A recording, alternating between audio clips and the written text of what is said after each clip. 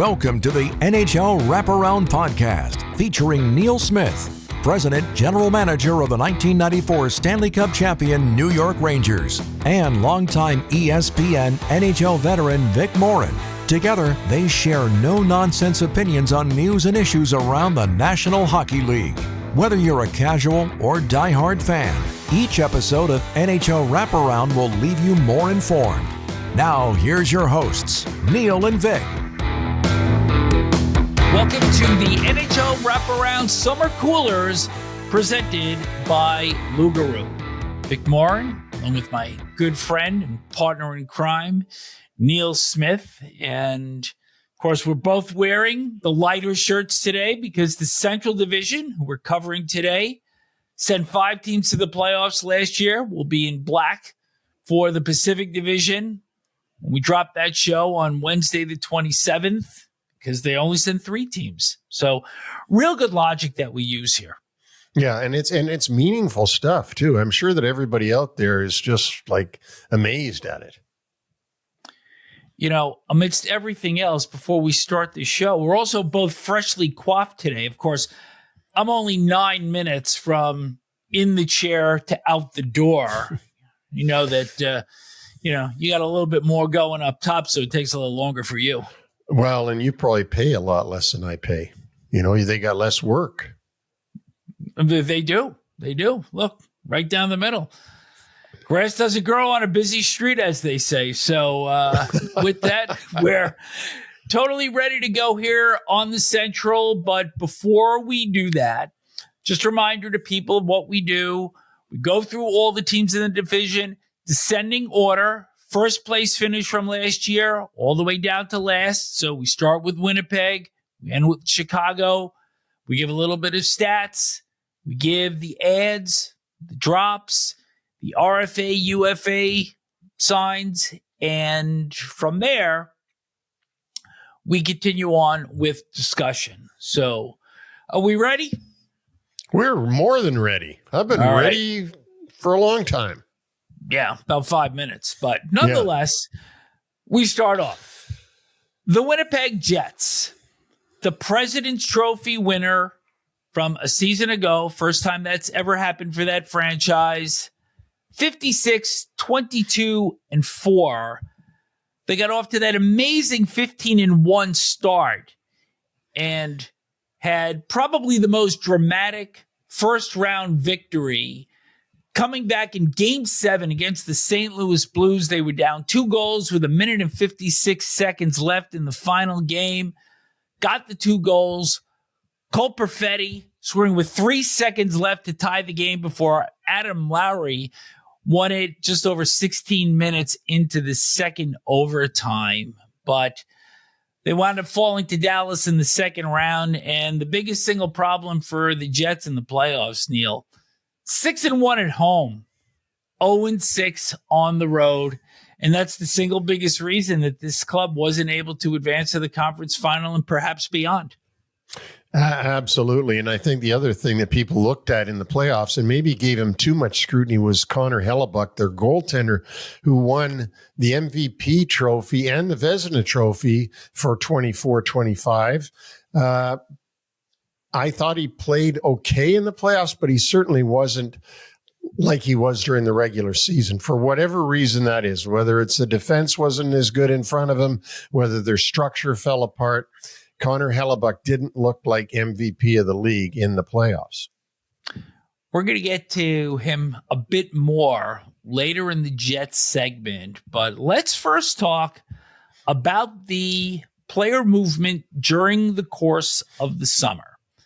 The biggest note, besides losing left wing Nikolaj Ehlers to the Carolina Hurricanes, was Jonathan Toews coming back into the NHL. This was announced on June 20th. Comes in as a UFA, $2 million with up to $5 million in performance bonuses. He's a Winnipeg native, and his last game in the NHL was April 13th, 2023, as the captain of the Chicago Blackhawks. But since then, he has missed 3 of the last 5 seasons. And a year ago at this time, he was off to India for a panchakarma treatment for detoxification, a program to help his mind, his body, his consciousness. And he had been dealing with chronic immune response syndrome along with long COVID. So this has been a long way back for him. And even though he's 37 now, you have to wonder that, does he feel 2 or 3 or maybe more years younger after having undergone this treatment in India? Yeah, he must be feeling good, obviously, to try to rectify or restart his NHL career. Much the same as the guy we're going to talk about, another captain of a Colorado Avalanche, and Gabriel Landeskog coming back last year was remarkable. But this one is even more remarkable. Nobody knows what to expect out of Jonathan Toews.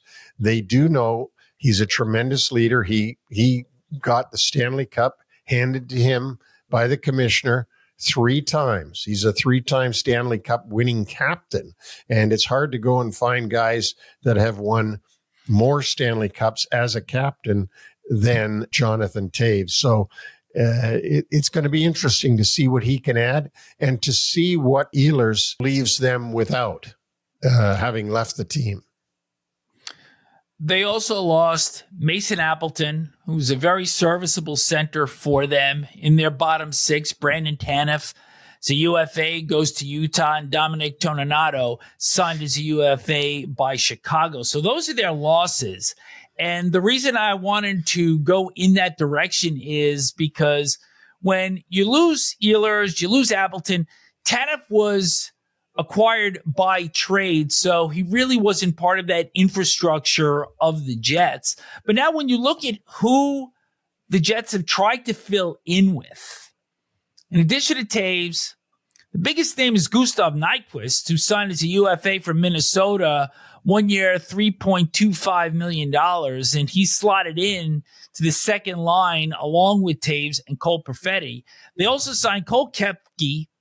It's a 4th-line player, UFA from Boston. Tanner Pearson comes in from the Vegas Golden Knights. Phil Giuseppe, UFA, signed from Vancouver. And Walker Duehr. Once again, no gene joke required here. He signed as a UFA from the San Jose Sharks. And among the players that they were able to keep, either by UFA or RFA, Hayden Fleury, pending free agent, re-signed with the Jets, and 3 players that they were able to avoid arbitration with, Morgan Barron, Gabe Vilardi, and defenseman Dylan Sandberg.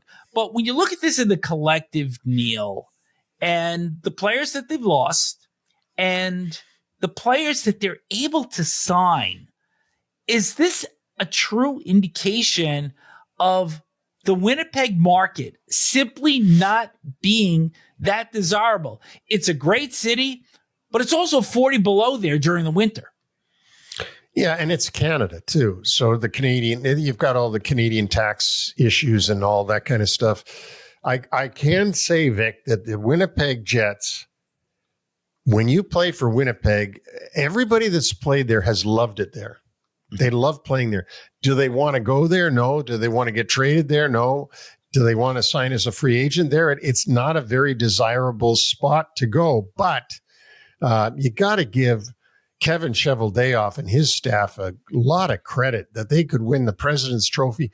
Remember, a year ago, we had him on the show and we were talking about how he got Mark Scheifele and Connor Hellebuck to sign long-term deals to stay there.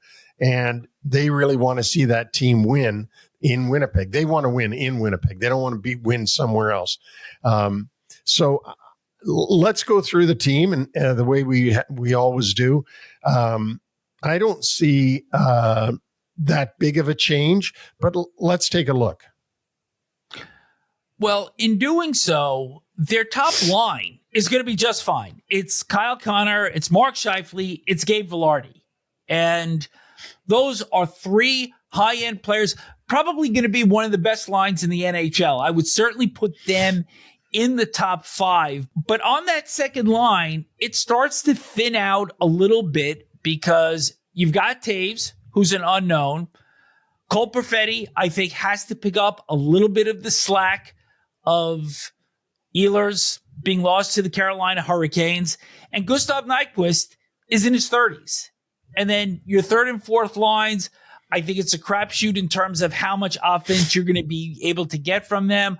I think Vlad Nemestikov, again, had a really good year last year.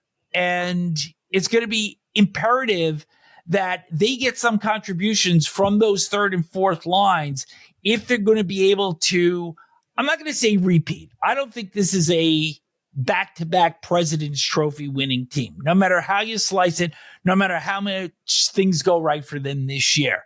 But in order to be a strong and maybe a team that gets home ice advantage in the first round. Absolutely. But you've picked up their biggest weakness now without Nikolaj Ehlers as a sniper there. They don't have the strength. And Appleton is gone too. And Appleton was a very serviceable player for them. They've got all their eggs in one basket, which is, as you said, Kyle Connor, Scheifele, and Velarde is a very, very good line in the NHL. We're going to have to see what Jonathan Taves can bring. Gustav Nyquist has never been a big scorer ever. Yep. And Cole Perfetti is he's an improving player. But after that, their bottom six, they're going to have to get some offense from them for sure to make up for what they're missing in the second line.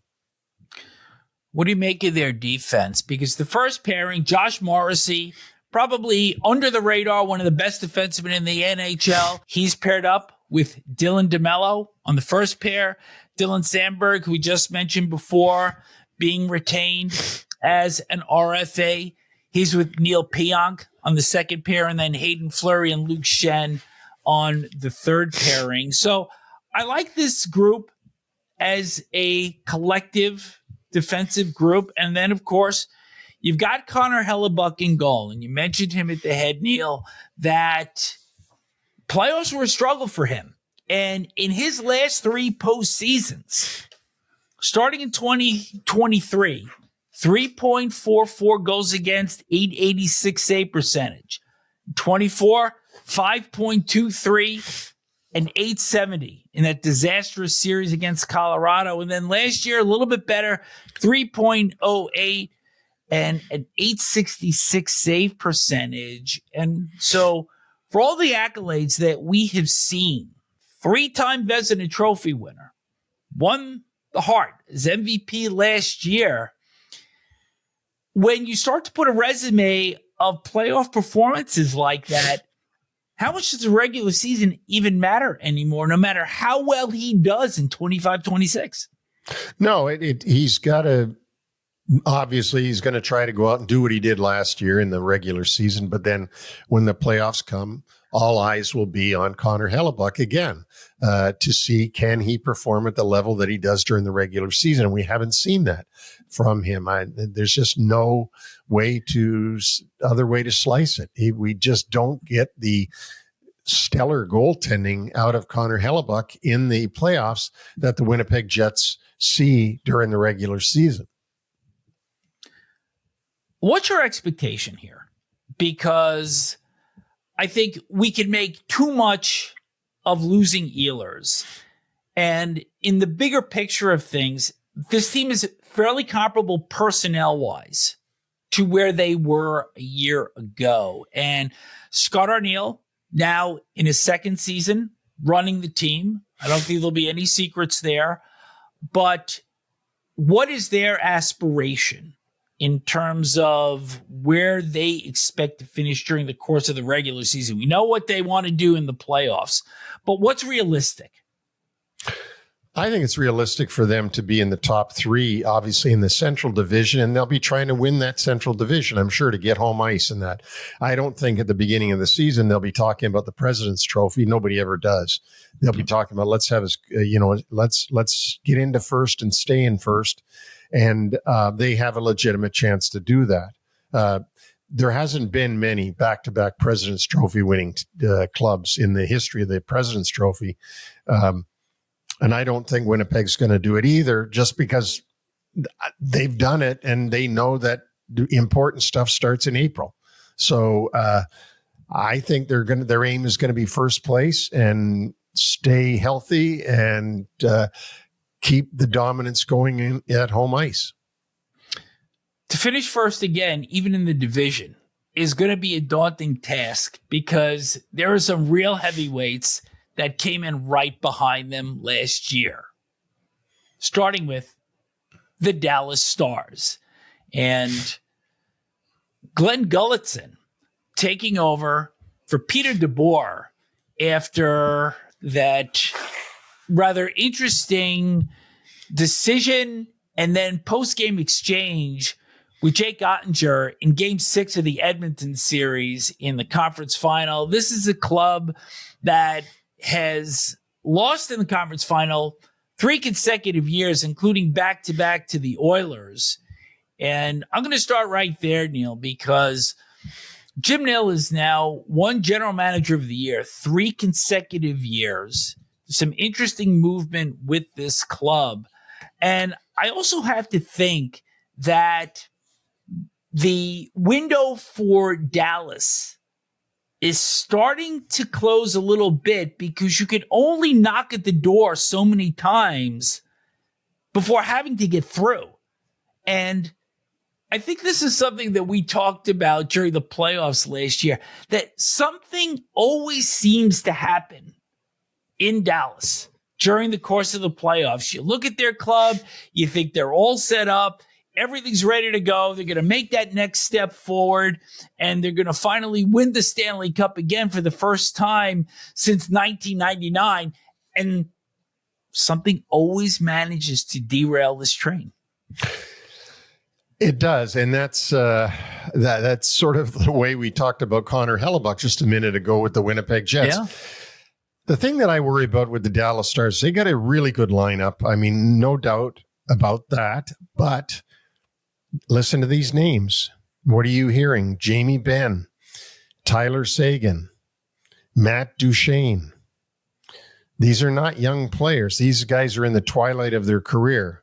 And so the window for Dallas to do something is closing. They got to get going on doing something to go places in the playoffs. Can they do it? Well, let's go. You're going to do it, I'm sure, go through their ads and drops and see where we come out on that. Well, 2 of the players you mentioned, Ben and Duchene, re-signed as pending UFAs. Duchene, 4 years, $4.5 million AAV. The captain, Ben, 1 year, $1 million with a potential of $3 million additional in bonuses. They also re-upped center Colin Blackwell and RFAs that stay with the Stars, Niels Lundqvist, defenseman, and center Maverick Bourque. Now, let's go to the ads because there's not a lot here. Center Radek Faksa comes over from St. Louis, but he had actually started his career and played his first 9 seasons with the Stars. And Nathan Bastian, on August 9th, joined Dallas, signed as a UFA coming over from New Jersey. Here's who they lose. Mason Marchment traded to Seattle for draft picks this past year and another one next year. Mikael Granlund signed as a UFA by Anaheim. Cody Ceci signed as a UFA by the Kings on defense. Evgeny Dodonov, right wing, signed as a UFA by the Devils. And Matt Dumba traded to Pittsburgh with a 2028 second-round pick in a deal for a defensive prospect. So when we look at this club, there's a lot of offensive pop there. And we've talked about it. But for some reason, literally everybody went south during the course of the playoffs. But their first line, Roope Hintz, centering Jason Robertson and Mikko Rantanen. Wyatt Johnson centers the second unit with Matt Duchene and Tyler Seguin on the wings. Jamie Benn is now with third line with Sam Steele and Maverick Bourque. And Oscar Bach with Radek Faksa and Colin Blackwell. So up front, I still like this team a lot, and they're also going to have a healthy Miro Heiskanen back on their back line. He'll be paired with Esa Lindell, Thomas Harley, and Ilya Labushkin will be the second pairing, and Leon Bischel and Nils Lundqvist round out the defense core. This is a good team. It is a good team, and it's a team that's going to give Winnipeg a battle to get that first place. If in fact they are the two teams, we've also got to talk about Colorado in that battle. They are a good team. I think they'd be better if they had Granlund and they had Marchment still. Those are the two big losses I see for them, but they had to move Marchment, I think, because of salary cap issues. Granlund walked away as a free agent. And you can't keep everybody when you're the GM of the team. So I like their team. I don't know how far they can go, but we can say one thing for sure about Winnipeg Jets and the Dallas Stars. They're in the playoffs. They're going to make the playoffs. They're going to be in the playoffs. And so, where they'll go in the playoffs, who knows? But I think they will be battling in the Central Division for first place this season. They have a good enough team to do that. But what you said at the top still holds true. The window is closing. They have to do something soon because that window is closing on their chances to win a championship. They will have Mikko Rantanen for an entire year now. And you remember us talking during the course of the playoffs last year that we were wondering, based on his performance in those first two rounds, and he had a run of 17 points between the Colorado and Winnipeg series, but then he tailed off like everybody else and only had 3 assists in the series against the Edmonton Oilers. But that run that he was on, capped off by that magical 4-point third period that included a hat trick in Game 7 against the Colorado Avalanche, was something of which we were saying, hey, is it possible for a player to win the Conn Smythe Trophy without even making the conference final? Yeah. And the most magical part about that, Vic, you summed it up. The fact that he did it against the Colorado Avalanche, it was giving them the middle finger like crazy. The place where he'd been, where he didn't want to leave, where they traded him to Carolina because they didn't think they could match what he wanted as a contract. And he didn't see it coming. And now all of a sudden he gets to play against them in the playoffs and really put it to them. I mean, it was quite a side story, what Rantanen did to the Colorado Avalanche. There's also another side story that's making the rounds with him being fined $99,000 for missing mandatory military service in Finland. He had submitted an application to start his date later, and apparently you have to fulfill some sort of service if you're a male by the age of 30. He did not do that, so he is getting fined for that. But I'm pretty certain that the contract that he signed with Dallas will more than make up for that. Oh, I think he's going to have a few coppers in his treasure chest to be able to pay that fine. But more to that offense that we've spoken about, how do you explain so many high-end players just completely flatlining as the playoffs went on? The time where you're supposed to define yourself as a playoff player to make your team a Stanley Cup contender. And between Robertson, who started to score a little bit towards the end, but Hintz, Rantanen, as we mentioned, Duchesne, Johnson, I mean, it all went south. And it was literally unexplainable how so many high-end athletes could be squeezing the stick that tightly. Well, let's talk about the biggest change the Dallas Stars made. They let go Peter DeBoer, and they're bringing in Glenn Gulutzan, who's on his second head coaching stint with Dallas. Jim Nill let Glenn Gulutzan go when he took over as GM. And now he looks around, he listens, he watches, and he sees that Gulutzan has done a really good job as the assistant coach, power play coach for the Edmonton Oilers. Yep. Fabulous relationship with the guys in Edmonton, the young players. Jim Nill felt that he needed a guy that would have that kind of relationship with his players. And so Glenn Gulutzan gets a second shot at the Dallas Stars, and we'll see what he does. This is where we don't know because we're not in the locker room, but did they tail off because the message got old? Did they tail off because the message just wasn't getting through? And Jim Nill recognized that and made the change. We don't know, but obviously Jim Nill felt that a change was necessary to have any chance to go to the next level. But I think you got to remember one thing also is that this team had a 1-0 lead over Edmonton in the conference final. They scored 5 goals in the third period of game 1 against Edmonton, and that wound up only scoring 5 goals for the rest of the series. So where does that disconnect happen so quickly with DeBoer, or is it something that's simply accumulating over a period of time? I think it's accumulating over a period of time. And I'm not blaming Peter DeBoer for the Dallas Stars getting eliminated at all. I know Peter DeBoer's a great coach in the National Hockey League. But when Jim Nill makes his evaluations of the team, of their potential, of what they've got right now, does exit interviews, watches the situation that you talked about with Jake Ottinger in that last game, he makes his decision. And you know what? I give Jim Nill a lot of credit because he could sit there and say, if I bring Gulutzan back, the guy that I fired, I'm going to look like an idiot. Yep. And he doesn't look like an idiot. He looks like a guy that just observes and tries to make the best decision he can. And we'll have to wait and see how Glenn Gulutzan does with this team. Well, he certainly has a good lineup, backed up by goaltender Jake Ottinger and Casey DeSmith, expected once again to be the backup. The Colorado Avalanche finished third, 102 points, 8th straight playoff appearance.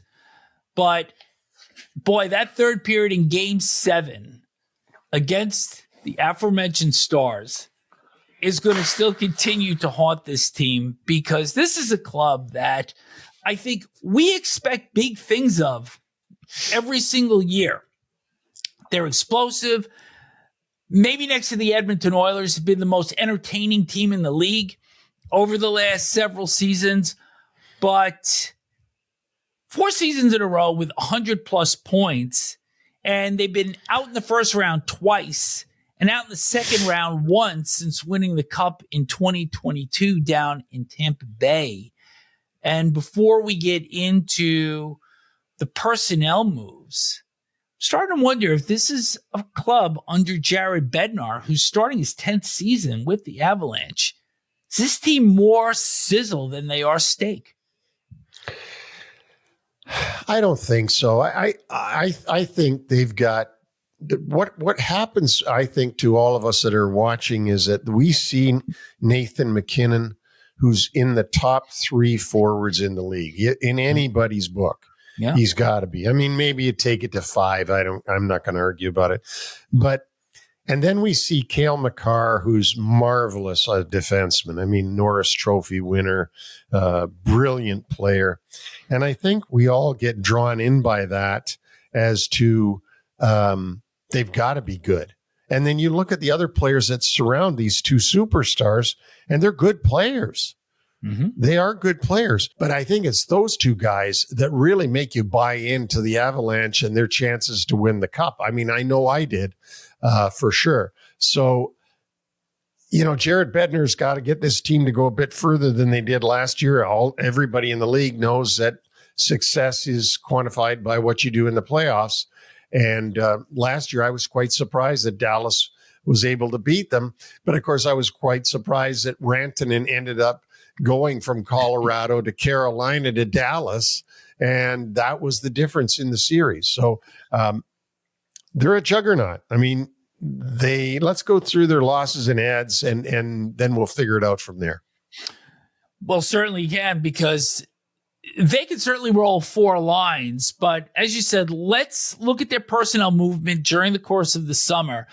And probably the one move that made the most headlines was them signing Brent Burns as a UFA from Carolina, 1 year, $1 million, $3 million potential bonuses. And this is a player that has played over 900 consecutive games and just never seems to stop. So it'll be interesting to see how he fares in that thinner air later in his career. They also signed Victor Olofsson, right wing, coming over from the Vegas Golden Knights. He was signed on August 20th. And they also acquire Gavin Brindley, a middle six forward, speed, agility, tenacious, should fit in right in if he can crack the lineup this year. Had 17 points in 52 games with Cleveland of the AHL. And he came over in a trade along with 2 picks in exchange for Charlie Coyle and Miles Wood, who were sent to the Columbus Blue Jackets. In terms of the RFA, UFA re-signings, we'll start with the UFAs first because a bunch of pending UFAs stay in Colorado. Brock Nelson, 3 years, $7.5 million on average. Parker Kelly, very serviceable bottom six forward. Josh Manson, defenseman, 2 years at just under $4 million a year. And Yoel Kiviranta re-signs for 1 year and $1.25 million. The drops, as we mentioned, Coyle and Wood off to Columbus. Jonathan Drouin signs as a UFA with the New York Islanders. And Ryan Lindgren, defenseman that they acquired for the playoff run last year, he signs with the Seattle Kraken. And just one other note, Jimmy Vesey, who seems like he has been all around the league during the course of his career, he signed on August 4th to play over in the Swiss League. So now, Neil, when you look at this entire structure of players in, players out, players that exist, as I just said before we got into this, the 4 lines, they can roll them. And as good as perhaps any 4 lines that you'll see in the NHL, and supposed to crack the lineup this year for them on the 4th line, one of our favorite names. Ivan. So he's going to get his chance for a full-time spot. But now if you look at the defensive pairings, Devon Toews, Cale Makar, terrific first pair. Sam Girard and Josh Manson on the second pairing.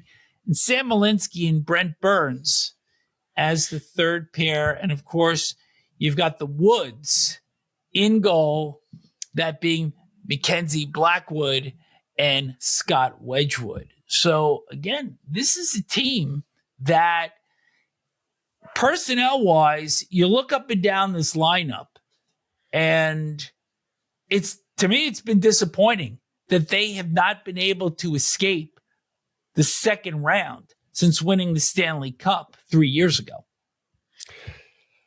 The big news for them, I think, this season is that Gabriel Landeskog, their captain, is going to start the season with them and play the whole season. He joined the club last year just for the playoffs, was very good, I thought. But if he plays on a line with Brock Nelson, who's a big ad for them, we all know how good Nichushkin is. They got 2 lines that can score. And then, we've seen Jack Drury and Ross Colton. Remember Ross Colton scoring goals last year? He was ahead of a lot of people. I mean, they got a lot of offense here. And then, of course, you talk about Makar, who's incredible. You've also got Devon Toews, Josh Manson, and Brent Burns played a lot on the power play for Carolina. So yeah, you got a great offensive team in the Colorado Avalanche. And again, we've already talked about Dallas and Winnipeg, but we got 3 teams already that are better than a lot of the teams that we've already reviewed, and they're all in one division. And don't forget, playing on McKinnon's flanks, Turi Lehkonen and Marty Necas, who came over along with Jack Drury in that original deal for Mikko Rantanen with Carolina. Yeah, and we know that Marty Necas is good, and Lehkonen is also. So, you've got some real good offense there, and it's going to be a tough division for those three teams. I mean, they're going to be battling great teams all season long in the three of them. But the reality for each of these clubs that we've talked about so far, great regular seasons, but the proof is going to come next April when the playoffs roll around, because all three of them have underachieved. Right. And, the thing about the NHL and the way it's set up, and we've got to be realistic about this, is that one of these three is going to go out in the first round next year. Right. I mean, that's just the way the setup is. And so, and if you get knocked out in the first round, all of a sudden you've underachieved. Well, one of the two had to underachieve. It's really a difficult league with the playoff setup the way it is, that you stay within your division. It's very difficult if you're in a really good division. If you're not, it's a bonus. But this is a very good division. And you could even see the difference very vividly between the Central and the Metropolitan. Oh, yeah, for sure. And we're going to review the Pacific. Wait till we get to that. And that's a Western Conference team where they play each other more than you obviously play in the East. But I mean, this is going to be a heck of a division. This is going to be a hard division to get into the playoffs because of those three top teams. The Minnesota Wild, and we talk about a team that always seems to underachieve. I mean, they're like the poster child of underachieving. 97 points last year, but lost in the opening round to Vegas in 6 games after having a lead in that series. The last time they won a playoff round was in the opening round against the St. Louis Blues 10 years ago. And I want to talk to personnel first here. Aside from Marc-Andre Fleury retiring, they also lose Frederick Gaudreau, traded to Seattle. Justin Brazeau signed as a UFA by the Pittsburgh Penguins, and Gustav Nyquist, as we just said a few minutes ago, signed as a UFA by Winnipeg. Their pickups, Vladimir Tarasenko in a trade with Detroit for futures. Nico Sturm signed as a UFA from the Stanley Cup winning Florida Panthers. Cal Peterson, potential maybe third line goaltender, signed as a UFA. Last played with the Flyers in 23-24. Nicholas Aube-Kubel signed as a UFA from the Rangers, and Tyler Pitlick signed as a UFA from New York as well. And re-signing with the Wild as a pending UFA left wing Marcus Johansson. Where I'm going with this, Neil, is Bill Guerin now had money to work with. At least you would think. And with the buyouts of Zach Parise and Ryan Suter, which took place in 2021, they're finally dealing in a situation where the dead cap space dropped from $14.7 million to $1.67 million. And we know that Kirill Kaprizov is going to become a UFA after this season. He's currently making $9 million a year. Club has $9.4 million currently in cap space. Did you expect Minnesota to do a little bit more? I thought they'd spend some more money in the summer, because I was waiting for, Bill Guerin's hands to get untied because of the Suter and Parise buyouts. But he really didn't do that. I mean, he made a trade with Detroit for futures and gets Tarasenko, which gives him another offensive weapon up front for the power play, particularly. But after that, there really wasn't, anything sexy about what they did in the summer. There just wasn't. And this kind of fits into what we have seen with the Wild really over the course of the last decade, that they're a team that's good enough to make the postseason, but they're never good enough to make an impact. And what we have seen here, if they even make the playoffs in 26, it falls right in line with that. Yeah, I mean they've got some real good players. Like, let me go through something with you. Kaprizov is an elite talent, no doubt about that. Yep.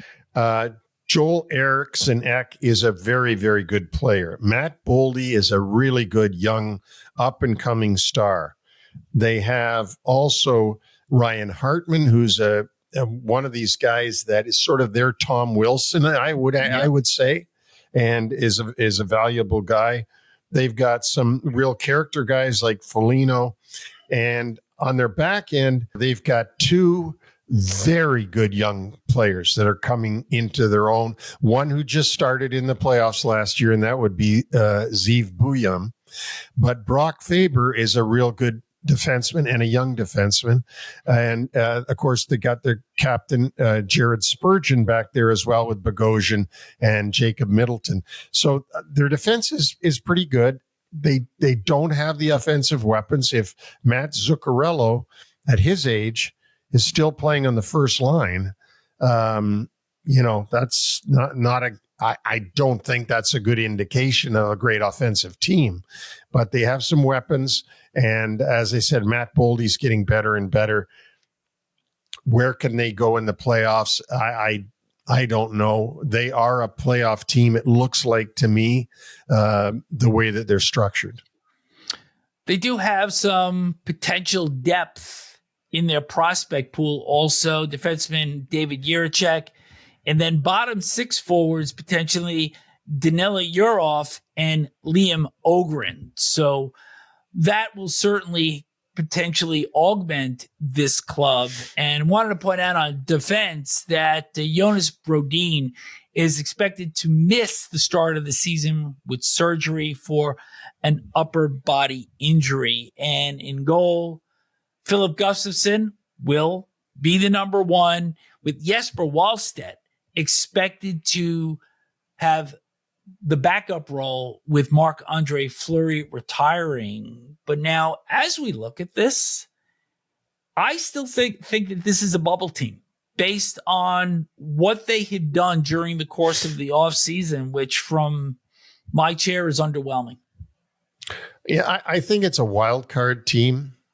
I don't think that they're not in the class of Winnipeg, Dallas, and Colorado, but I don't think they're certainly not down with Chicago.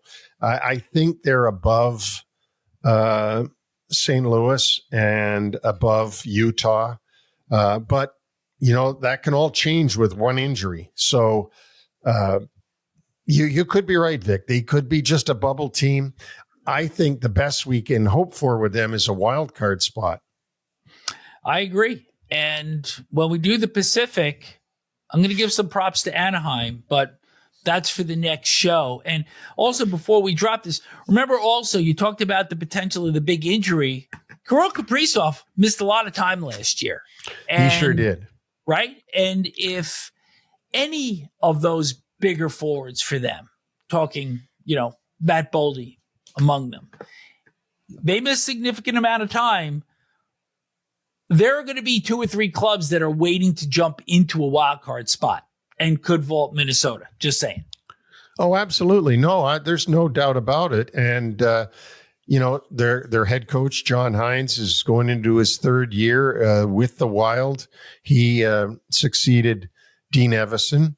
And, he's got to prove something too. He's when you're in your third year as a head coach, it's a year where you've got to, do good things, or else the GM starts looking around saying maybe that's the reason when we are not getting anywhere. Stick around. We have St. Louis, Utah, Nashville, and Chicago coming up after this word from Lugaroo. There's a brand born in hockey locker rooms that now outfits the majority of pro sports teams across North America. It's called Lugaroo. Lugaroo makes performance apparel for every moment of an athlete's day. The early lift, the morning skate, the flight to the next city, or dinner after a win. Quiet, technical, built to last, no noise, no ego.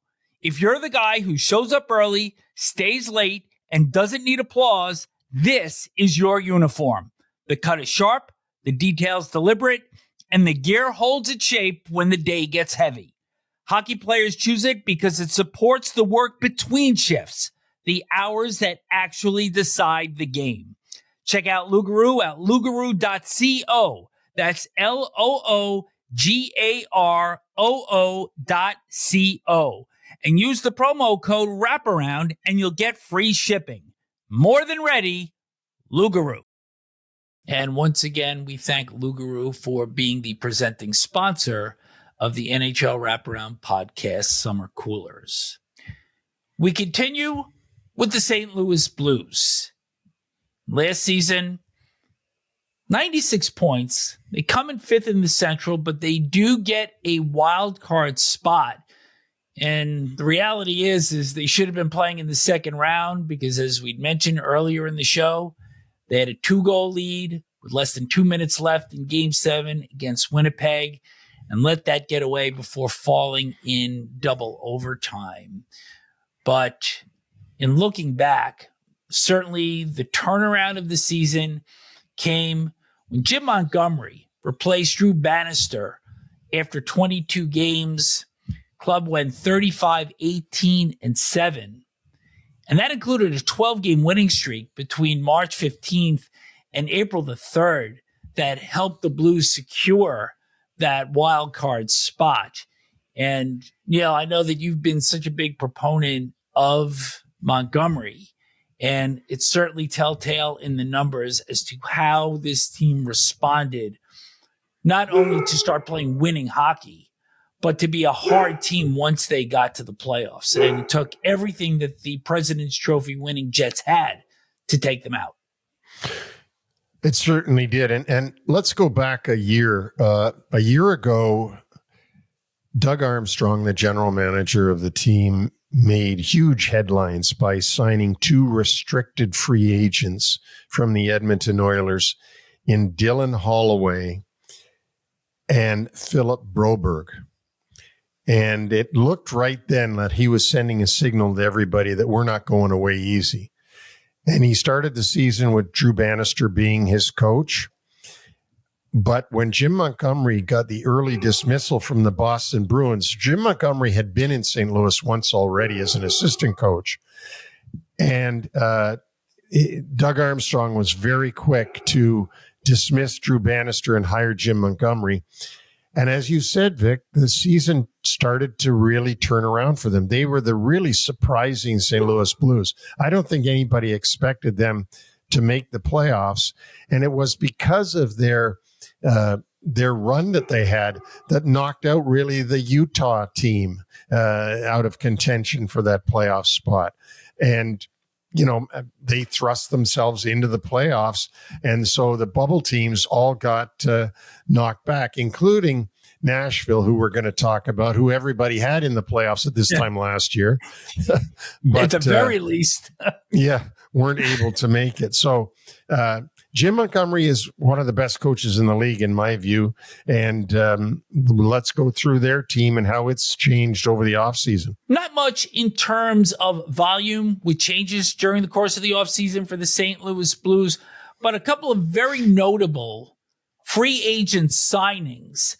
At center, they pick up UFA Pius Suter from the Vancouver Canucks, 2 years, 4.125 AAV, and Nick Bjugstad from the Utah Mammoth for 2 years at just under $2 million per year. They also acquire defenseman Logan Mailloux from the Montreal Canadiens in exchange for right wing Zach Baldock.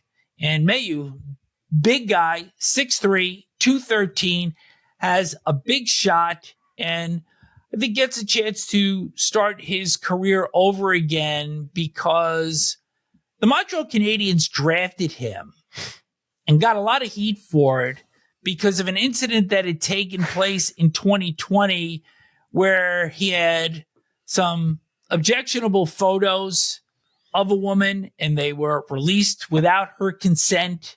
And there was a lot of swirl around that when that pick was made.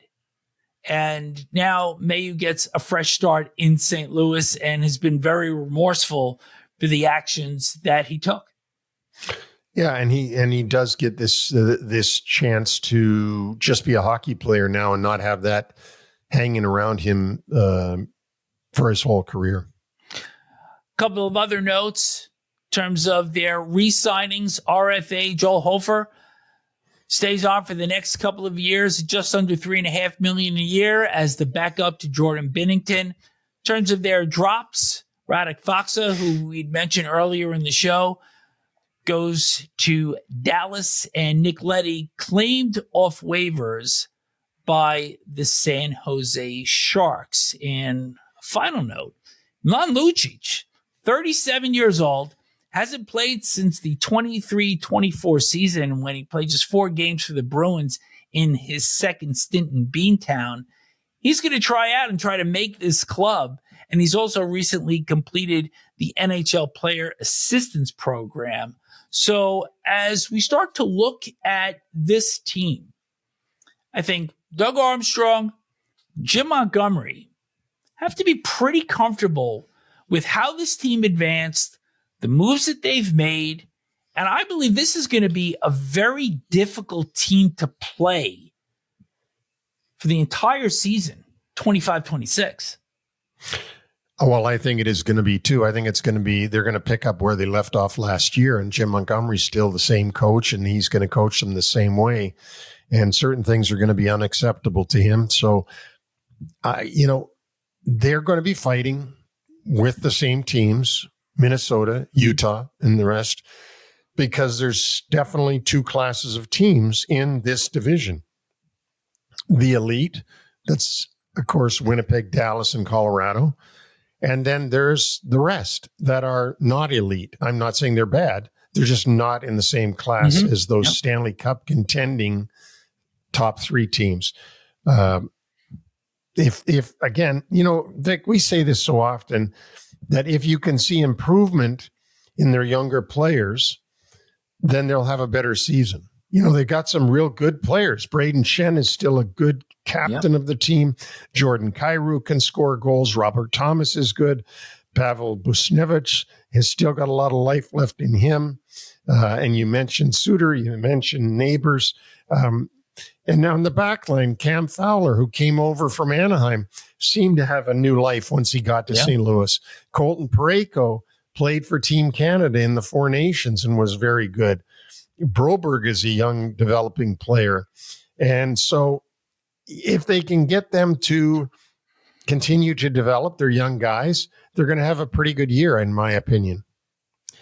Also have to remember 2 things, that Dylan Holloway missed the entire playoff against the Winnipeg Jets. He was injured, lower body injury on the 3rd of April.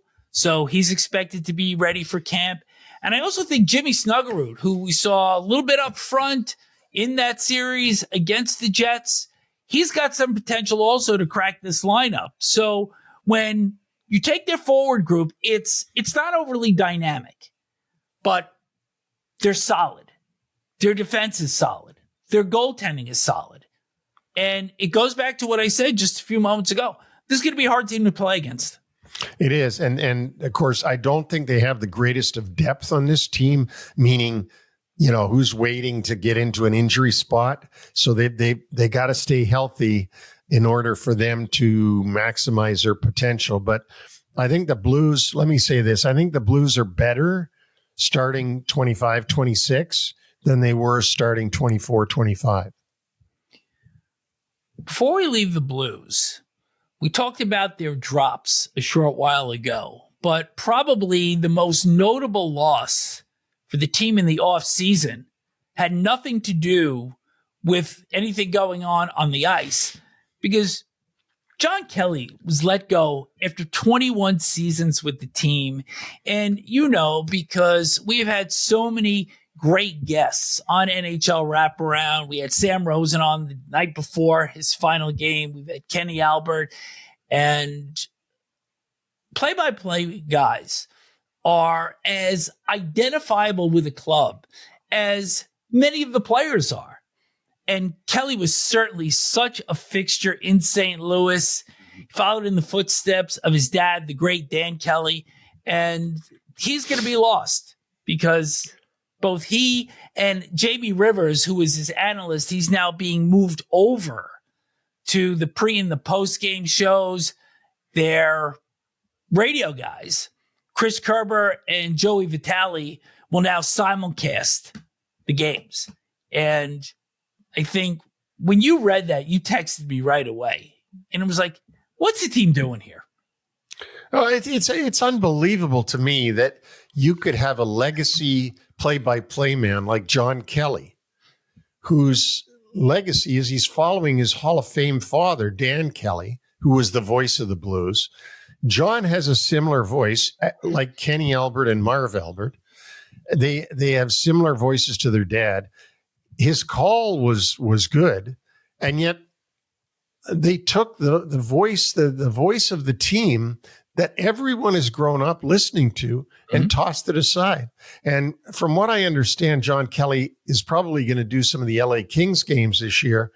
And I hope he gets back on his feet and gets a team and goes again. Because I don't understand how you ever let go of John Kelly in the St. Louis Blues. I mean, he is St. Louis Blues. So, but we don't know what's going on inside the headquarters of the team, but it doesn't look good on the outside. And it's sure going to sound a lot different this year. For sure. The Utah Mammoth. So before we start talking the team and the players, the new market, and all this other stuff, they were the Utah Hockey Club a year ago. They're the Utah Mammoth now. And I've gotten to know some of the quirks and the likes and dislikes that you have, Neil. And one of the aversions that you have are teams that don't end with the letter S. And so of the 6 finalists for the eventual team name, and of course, they end up as the Mammoth, the other 5 contenders were to keep Utah Hockey Club, the Blizzard, Outlaws, Venom, and the Yeti. So is it safe to say that given your preference of the letter S, that your nickname of choice was going to be the Outlaws? Oh, absolutely. And I said that on Utah radio. I said I want an S at the end of that. There are a number of teams in the league now that have that do not have an S at the end. There's the Avalanche, the Wild, the Lightning, and I'm probably not remembering a few others.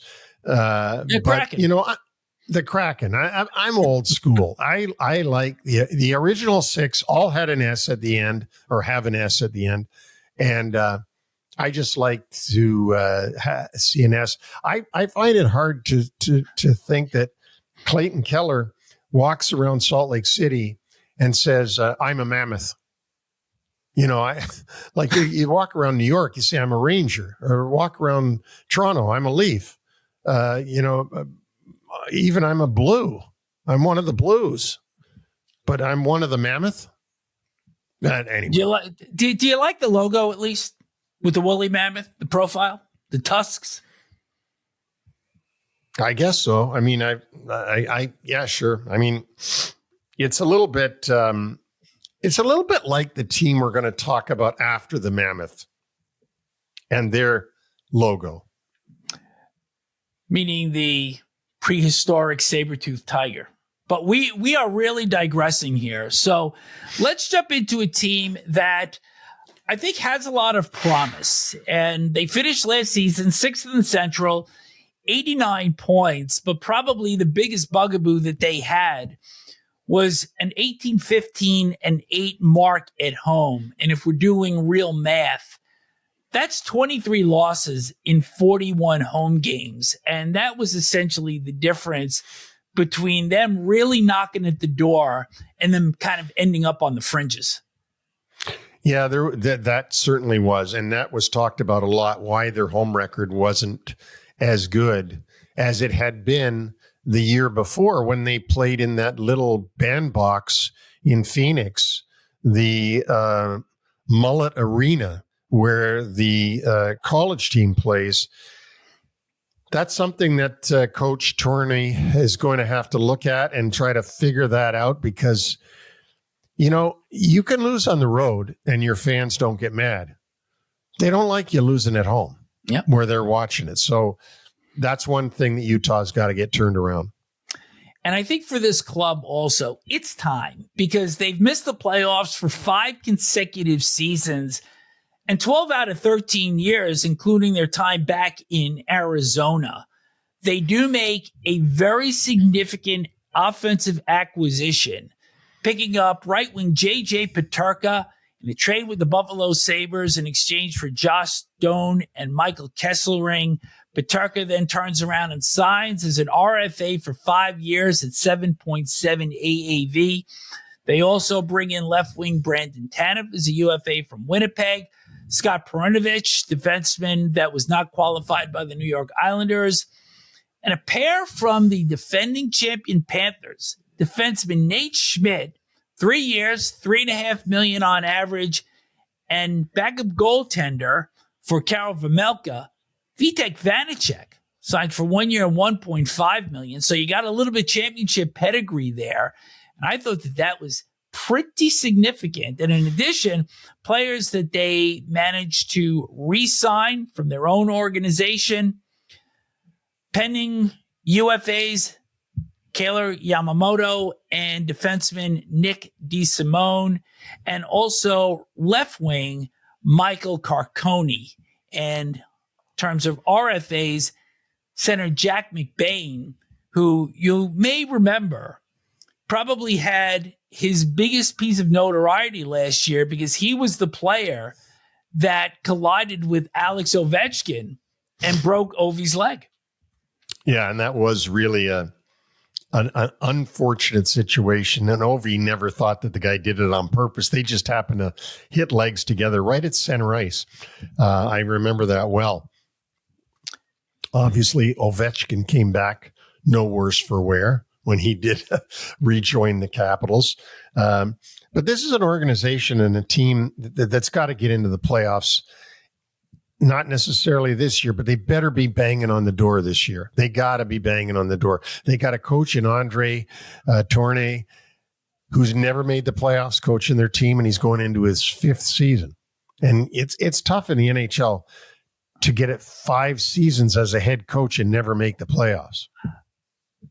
I think Bill Armstrong is going to have a short leash here because he's put a lot of pieces in place. They really didn't lose a lot. I mean, in addition to Doan and Kesselring, who we said before, Matthias Michelli was traded to Toronto for a 3rd-round pick in 2027. And we had just mentioned that Nick Bjugstad signed as a UFA with the St. Louis Blues. And Robert Bortuzzo, who has not officially retired, but he's not expected to come back on the Utah backline. But I look at the personnel on this club and I see a coach that has 4 full seasons under his belt now. And how many of those coaches failed to make the playoffs each of those years and still keep their job? So I believe Tourney's got to get this club off to a good start, or I could see a change by Thanksgiving in Utah. That could very well happen. The only thing that you got to remember, though, Vic, is that Bill Armstrong and Tourney go back to Phoenix days together. So it's they've been together quite a while, and it's not as if Bill Armstrong acquired Tourney from a previous regime. One of the things that we really need to touch on is the Utah goaltending, and let's go back a year.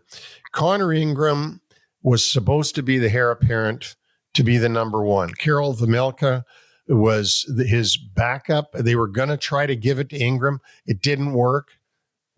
Ingram had some issues, off-ice issues that were disturbing him and got him off his game. He ended up going into an assistance program, not for drugs and alcohol, but for some other situations that he had. Karel Vejmelka played very well for Utah when he came in and took over as number one.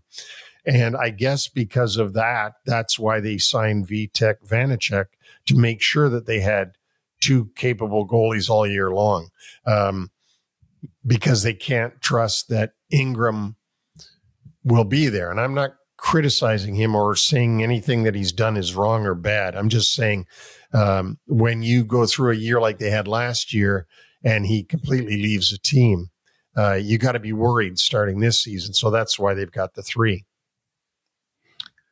What impresses you about this forward group? Because I think there's a lot to like here. And when I went through this team and I did the research, so much of Utah looks a lot like St. Louis to me, just in terms of the amount of depth that they have, both on forward and defense. I think they're a younger team. I really like the Peterka move by Bill Armstrong, bringing him in. I think that was, I don't understand Buffalo trading Peterka. Yeah, I really don't. I like Clayton Keller. He's a up-and-comer, budding star. Dylan Gunther can shoot the puck a ton. Logan Cooley's a good centerman for them. After that, they don't have real great offensive weapons other than Peterka. So Schmaltz, Hayton, and are okay. Lawson, Kroos, and you can go on through the rest of them. They're the bottom 6, and they're not real great scorers. You get some good offensive efforts out of their defense when you talk about Sergachev, who they brought in from Tampa. Oli Mata can do some offensive things. I really like the Nate Schmidt signing. I thought he was fabulous for Florida in the playoffs. And so, how do they compare to St. Louis? I think they're younger than St. Louis. Mm-hmm. They're going to be right in there, and they got to be banging at the door, as we said. Yeah, my only suggestion was that it just looks on paper to me that the structure of the teams, their composition, is somewhat similar. And I think, as you made the point, I think they're going to be banging heads for one of those 2 wildcard spots. A couple of prospects to look for. TJ Ginla, center, who's the 6th overall pick in 2024, at 32 points in 21 games, and was a plus 18 for Kelowna in the Western League last year. And he's, of course, is the son of Hall of Famer Jerome Ginla. And also, goaltender to look out for, Michael Hrabal, who split his time last year, actually the last couple of seasons, between the Czech Under-20 League and UMass Amherst. He's got a potential to crack into that lineup perhaps later in the year. Yeah, so you got to look. And you know what? This is a young organization that's trying to build the right way. They're trying to build it through the draft and player development. And so that wouldn't surprise me if one of those guys could, either a Ginla or the goaltender could show up in Utah. I'm looking forward to this year. Now that the adjustment has been made, the players are entrenched in the community, and now they should enjoy all the comforts of home, which obviously they didn't do in year 1 in Salt Lake City.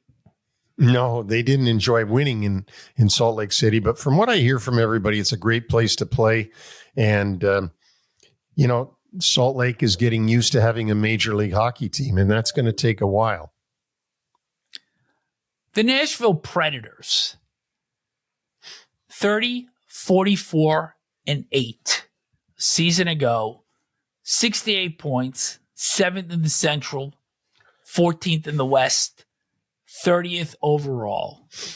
They missed the playoffs for the second time in the last 3 seasons and haven't won a playoff series since the opening round against Colorado in 2018. If we were to list the top disappointments of 2024-25, Nashville would have been number 1. It's a very quiet offseason also in Nashville. Their acquisitions, Eric Haula, left wing, acquired in the trade with New Jersey for defenseman Jeremy Hansel. He is slotted in as a third-line forward. Defenseman Nick Hague comes over in a trade with Vegas in exchange for Jeremy Lauzon and Colton Sissons. Hague then signs as an RFA for 4 years at $5.5 million, but he's slotted in as a third pair, along with defenseman Nick Perbix, who signs on as a UFA from Tampa Bay. And there were no RFA or UFA re-signs within the organization. So I don't understand how Barry Trotz is trying to build this club, because 24-25 was an utter disaster. They signed Steven Stamkos, Jonathan Marchessault, and Brady Shea. They get off to an 0-5 start. They had an 0-6-2 run and a pair of 6-game losing streaks during the course of the regular season. They were out of it literally from the first night of the season. Stamkos had 1 goal in his first 10 games, had only 4 multi-goal games during the course of the season. He did finish with 27, but was a minus 36. That was tied for 5th worst in the NHL with Connor Bedard. So the season was just a total disaster from day one. Oh, no doubt. And you know what? Someone said to me in last summer when we were trying to predict who was going to make the playoffs, sometimes when things look so good, they can go so wrong. And that is absolutely right. This time last year, we were all raving about what Barry Trotz had done and the guys that he had brought in, and it was an unmitigated disaster right from the beginning. And you got to think that even though Barry Trotz hired Andrew Brunette way back where a couple of seasons ago to come in and be the coach of the Nashville Predators after he had won the President's Trophy with the Florida Panthers, succeeding Joel Kenville, you got to think he's going to be on a short leash this year too, because Trotz himself can't have another disastrous year. No, he can't. And Brunette had said that he wanted the Predators to play more of an up-tempo game. And, you know, you thought coming off of the 23-24 season where they made the playoffs and they really pushed the Vancouver Canucks hard in that opening round, that there was a lot more that was going to come from this club. They go ahead, they make the free agent signings that they did. But then you look at the numbers from last year. We mentioned Stamkos, Philip Forsberg, 76 points, decent production, minus 27. Marchessault, minus 29. Ryan O'Reilly, another Conn Smythe Trophy winner, a minus 23. So now when you look at Brunette wanting to play an up-tempo game, and you look at the moves that this club made, I mean, they get Eric Haula, third line. They get a pair of defensemen that are going to be together, projected as a third pair. Brunette doesn't have the tools to play that kind of game. Not in that conference. No, not in that. No, and not in the Central Division. No, he doesn't. So he's going to have to adjust to his lineup and try to find, he's going to have to get things back on track. It's so much that I don't even know where to start. And I'm not saying they're a bad lineup, because they're not. I mean, Roman Josi is a great offensive defenseman and good captain for them. They brought in Perbix to play on their defense. Forsberg is a standout player. We all know that O'Reilly is a leader. Marchessault has had some real good years, and we all know about Steven Stamkos and his Stanley Cups. But boy, it didn't work last year, and he's going to have to find combinations that will work. When you look at this club, though, the season they had last year, the way that they were made up, and the fact that they didn't make a lot of changes during the offseason, is Barry Trotz simply writing 24-25 off as a bad season, and he still believes in how this team is built to win in the Central Division against teams like Winnipeg, like Colorado, like Dallas, like St. Louis, like Utah? And then you go over to the Pacific and you got some real horses there in Edmonton and the Kings and, of course, the Vegas Golden Knights. Partner, I don't know what to say to that, because I am perplexed by the Nashville Predators and what they are. They're very similar to what started last year. Very few changes. And we'll just have to wait and see what kind of tricks Brunette has up his sleeve. I mean, did everybody just simply have the worst year of their career all at once? In plus minuses, they sure did. Yeah. I mean, this is one of these things where I don't know how you analyze this team. It's really tough to say anything other than it's the same team as last year, but they're hoping for better results. I look at their forward group, and I think the one player that they're going to hang their hat on for real improvement this year is Fedor Svechkov in the number 2 slot as a center behind Ryan O'Reilly. But when I look at it as a collective group, to me, it feels like they've got 4 top 6 forwards and 8 bottom 6 forwards. And that's not good NHL math. No, it's not good NHL math. And you know what? It's just not a team that you can expect very much out of. I mean, after watching them last year and then looking at their lineup going into this year, as I said, Brunette is going to have to find some secret sauce to turn this thing around. I think both of us, like so many, I mean, we weren't the only ones guilty of thinking big things for Nashville last year. Certainly a playoff spot. And I think there are a lot of people that thought that they were going to make the Stanley Cup final and maybe even win the cup. I'm not making that mistake in reverse this year. I'm going to say this is not a playoff team. And I know that I'm really not going out on a limb with this one. You know what? I would be surprised if they were a playoff team. That's all I'm going to say. I would be surprised if they made the playoffs. Enough said. The Chicago Blackhawks. And we stay with misery here because this is a club that has had 3 consecutive last place finishes in the Central, 61 points last year. Jeff Blashill takes over for Andrew Sorensen behind the bench. But the reality is team hasn't been above 6th place in the last 8 years. I don't think it's going to get much better this year. The notable adds for this club, Andrei Burakovsky was acquired in a trade from Seattle for Joe Veleno, who eventually wound up signing with the Montreal Canadiens. Burakovsky is slotted in as a first-line player with Connor Bedard and Ryan Donato. They also pick up Sam Lafferty in a trade with Buffalo. He's projected to be on the 4th line. And Dominic Toninato signed as a UFA from the Winnipeg Jets. They do hold on to, pending UFA, Ryan Donato, who had a career year, hit 30 goals, 4 years, average of $4 million a year.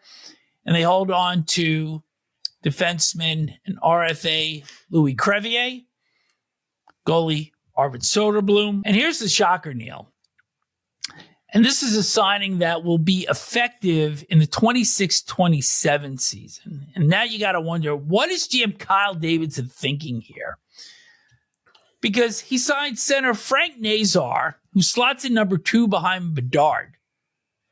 He's played 56 games in the NHL. Signs it for a 7-year, $6.6 million extension after his entry-level contract expires at the end of this season. So if you're talking about salaries gone wild and stuff that doesn't make sense, you sent me this text when this deal was signed. My jaw dropped. I don't know whose wouldn't drop when you see that. Like, you barely heard of Frank Nazar. And he gets that kind of deal. And I mean, here's the question to you. Unless I am completely out of it, which could be, after your entry-level deal expires, you're not unrestricted. Right. Correct? Right. You're an RFA unless you're not qualified. So there was no reason to have to give this guy this kind of a contract. And they certainly had another promising center in their organization that they didn't qualify, and that was Philip Kurashev, who went off to San Jose. But I mean, you talk stupid money. This is right there. I don't understand what's going on. It's another one of these things, right? I just don't get it.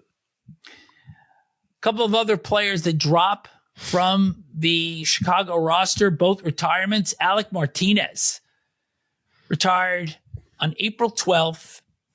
He scored the 2 biggest goals, perhaps in Kings history. He had the overtime winner in Game 7 against Chicago in the Western Conference Final, and then the double OT winner to win the Cup for the Kings against the Rangers. And Pat Maroon announced his retirement effective April the 12th. He won the Stanley Cup in St. Louis in 2019 and then turned around and did back-to-back with Tampa in 20 and 21. So there goes some championship pedigree and some character out of that locker room as well. Yeah, and Pat Maroon is a very well-liked player, whatever locker room he's in. So, and then I want to comment on Andre Burakovsky. Seattle trades him and gets back Joe Veleno. And then Joe Veleno signs elsewhere. And so that's how much Seattle thought of Burakovsky. that they'd trade him for nothing. Yeah. So I don't see this lineup in Chicago, and I like Nick Foligno as a captain. I think he's a character guy. Yeah. I don't see this lineup as going to be in the mix with these teams that we've just reviewed. I don't see them fighting with Utah and St. Louis. I don't see there's any way. I think they're going to be back to fighting with San Jose for a lottery pick.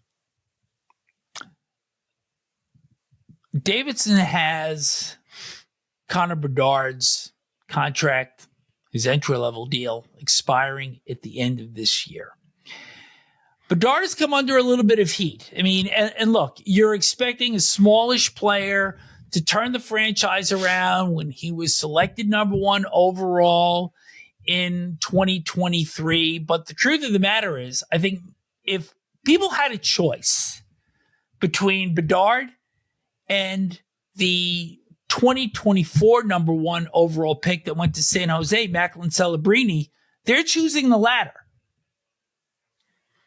I think you're right in some regards. I mean, Bedard is not in an easy situation in Chicago for a guy his size. He needs a Nate McKinnon type guy with him, a Messier type, like a big, strong centerman that comes out after him. Donato had a real good year last year. They re-signed him. He offensively played real well, but Bedard doesn't have the kind of players around him that I think he needs to excel in the NHL. I think your points are great there. And you look at Bedard's numbers, and in terms of production, they're not awful. First year, 22 goals, 39 assists. And in his second year, 23 goals and 44 assists. But his rookie season, he's a minus 44. It's tied for second worst in the NHL. Last year, minus 36. Tied for fifth worst, along with Steven Stamkos, who we just mentioned. So in 2 years, he's a minus 80.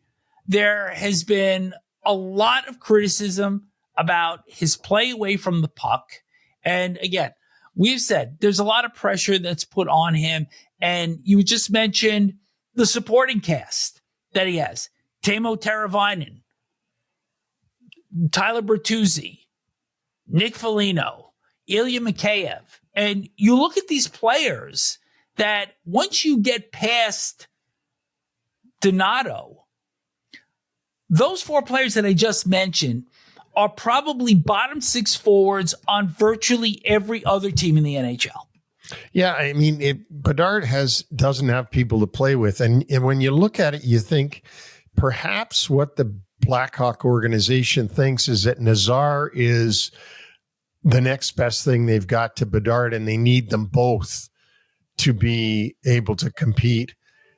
But I don't see yet a competitive lineup here, and we haven't even gone into some of the stuff that's in this. I don't see it. And for Bedard himself, there's no Mike Bossy there to give the puck to. I mean, and yes, you're right. Bedard's defensive game, if you've seen him play, it's awful. Yeah. His defensive game. So anyway, let's go through what what the rest of the lineup looks like.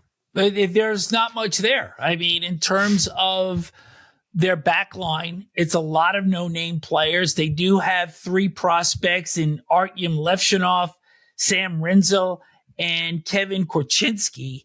And in goal, it looks like it's going to be a split between Spencer Knight and Arvid Soderblom. So to that end, Neil, when you've got a club that personnel-wise is easily in the bottom 10th of the league, bottom 10% in terms of what your personnel is. If you're Jeff Blashill, you're starting out, it's your first year behind the bench, did have a number of years with the Detroit Red Wings, but starting off with the Chicago Blackhawks. Do you almost have to approach this like Marco Sturm in Boston? And granted, Sturm has David Pastrnak, but there's not a lot behind him either. Do you have to get into a defense-first mindset just in order to compete? You're going to have to put together a system that locks it down all the time, and to be able to compete the way that coaches do get teams to overachieve. You can't go offense with this lineup, so that leads you to Bedard again. Yeah, can Bedard play in a system that's defense first? I doubt it. I mean, I should call my good friend John Paddock, who coached him in Regina, and ask him if he thinks he can. But, Jeff Blashill has not head coached playoff hockey. And I can tell you he's going to be waiting a little while longer to coach playoff hockey in Chicago. But what is the first thing that you do with this group? You institute a system that is, as you said, defense first, and you lock the other team down. And when you get your opportunities to go back on the offense on a mistake by the other team, that's when you take your opportunity. Blackhawks were tiresome to get through, as were the Nashville Predators. They are. It's hard because you really think, like, what are you going to say? And I say this to everybody out there listening, like, what are you going to say about this team? It clearly is a rebuilding team trying to rebuild, and they're not out of the starting blocks yet. And they haven't been out of the starting blocks in a while. No. That's the hard part. If you're a Blackhawks fan, you got Bedard 2 years ago, and you thought you were going to see an upswing, and the reality is 61 points last year. I don't see much of an improvement over that, and they may even regress. They might. And their defense has really, the only real highly recognizable name is Connor Murphy, who's been around for a long, long time and is near the end of his career. Alex Vlasic is pretty good, but the other names, I don't even hardly know them. And the young guy, Levshunov, is up and coming, but it's hard to play defense in the National Hockey League as a young guy. So stay tuned, Blackhawk fans. That gives us a good off-ramp for the Central Division Summer Coolers, and we want to thank once again Lugaroo for being the presenting sponsor of the show. But we mostly want to thank you listeners out there. Send your questions or comments to either Vic or myself at neil@nhlwraparound.com, or of course Vic at nhlwraparound.com. Don't forget that no matter where you're listening or watching this, which is only on YouTube, you can find us on all platforms, all podcast platforms that include Apple, Amazon, iHeart, Spotify, YouTube, and so on. And all of our shows going all the way back to Wayne Gretzky in last January of 2024 are on our website, NHLWraparound.com. So continue to get the word out to your friends, please, and subscribe and continue to give us a chance to make our subscriber base grow. Pacific Division coming up Wednesday, August 27th. And a reminder that all of the summer coolers, all 4 shows, are going to be distributed as 32 individual shorts on YouTube. So tune in for that as well. If you don't want to listen to an entire show, you have the option to pick your favorite team or teams. So with that, on behalf of Neil Smith, I'm Vic Morren. Thanks for tuning in.